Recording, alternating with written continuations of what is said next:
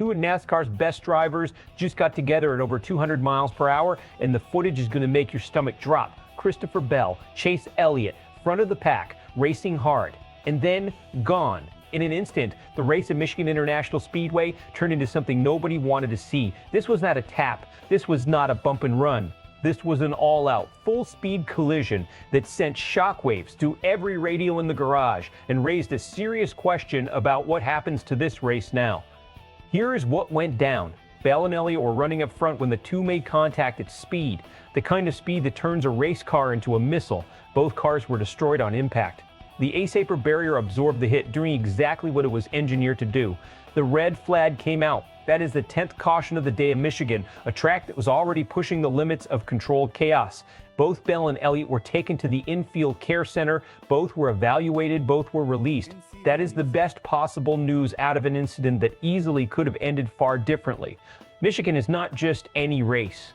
It is a super speedway, one of the fastest and most unforgiving tracks on the entire Cup Series schedule. Drivers regularly push past 200 miles per hour on straightaways, and the racing is aggressive by design. 10 cautions in one race at that kind of facility is not normal. It tells you this was already a chaotic, edge-of-control event before Bell and Elliott ever got together. And here's the part that matters beyond the wreck itself. Bell is in a championship hunt. He's been one of the most consistent drivers in the Joe Gibbs racing camp, and moments like this do not just wreck a car.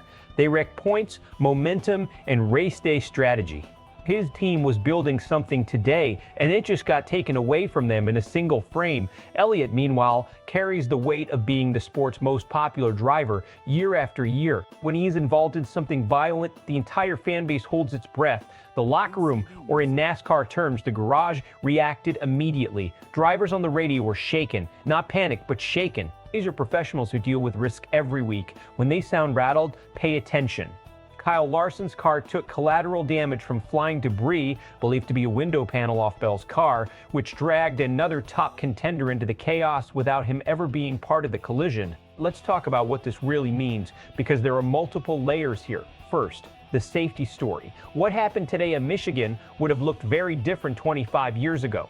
The ACE-APR barrier technology, the improved cockpit protection, the advancements in car construction, they're the reason we are talking about a scary wreck instead of a tragedy. That is not dramatic. That is just the truth. NASCAR's investment in driver safety since the early 2000s has genuinely changed outcomes. Today was proof. Second, the psychological weight on the field. This is something the broadcast rarely spends enough time on. When drivers see a hit that violent in real time, not in a replay but right in front of them, it changes how they think. The throttle feels different. The margin for error suddenly feels smaller. Finishing this race with that image fresh in their memory is a mental challenge that gets almost no attention, but it is absolutely real. Third, the championship math. Bell losing significant points today in a race where he had track position and a shot at a strong finish could matter when the playoff picture gets sorted. One bad day does not end a championship run, but it tightens the margin. You cannot afford to hand your competition points at this stage of the season. Fourth, and this is the strategic question worth asking, does this change how teams manage their drivers in situations like this? Bell and Elliott were racing for position, doing exactly what the sport asks of them. But when two guys that valuable to their organizations and to the sport end up in a wreck like this, at some point team owners start running the numbers. The risk-reward calculation is real. Is it smart racing? Yes. Is it dangerous? Absolutely. Is anyone going to tell either of them to back down? Not a chance. The garage did not hide how it felt.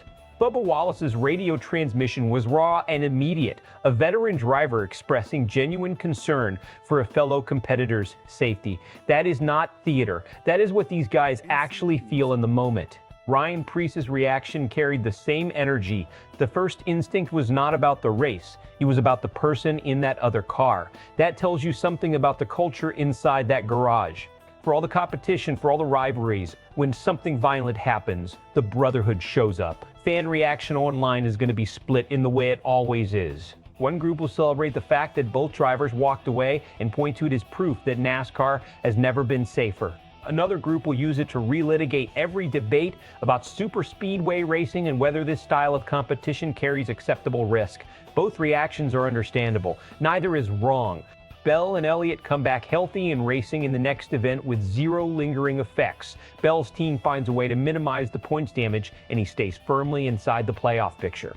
Elliott uses the moment as motivation, comes back focused, and this wreck becomes a footnote, the kind of close call that reminds you why the job matters. The sport points to the safety technology, tells the story right, and the narrative becomes one of survival and resilience. Bell takes a points hit severe enough to genuinely threaten his playoff positioning. Elliott's team deals with equipment damage that carries into preparation for the following race. Larson's debris damage affects his finish, and suddenly one wreck has dented 3 championship campaigns in a single afternoon. Worse, the psychological residue of this one lingers in the field, drivers pressing too hard or pulling back too much, because that image from Michigan is still sitting in the back of their minds. Here's what I want you to think about. NASCAR safety technology saved lives today. That is not an exaggeration. But the question that never fully goes away is this: at what point does speed and risk need to be managed differently at tracks like Michigan? Or is that accepted danger exactly what makes this sport worth watching? Bell, Elliott, 2 of the best, 1 terrifying moment, and a race that still had to be finished. Drop your take in the comments. Was this just racing, or is Michigan pushing the limits of what is acceptable? And while you are down there, if you are not subscribed yet, hit the button. We cover every angle, every race, every story that matters. Sportswire USA. We will see you in the next one.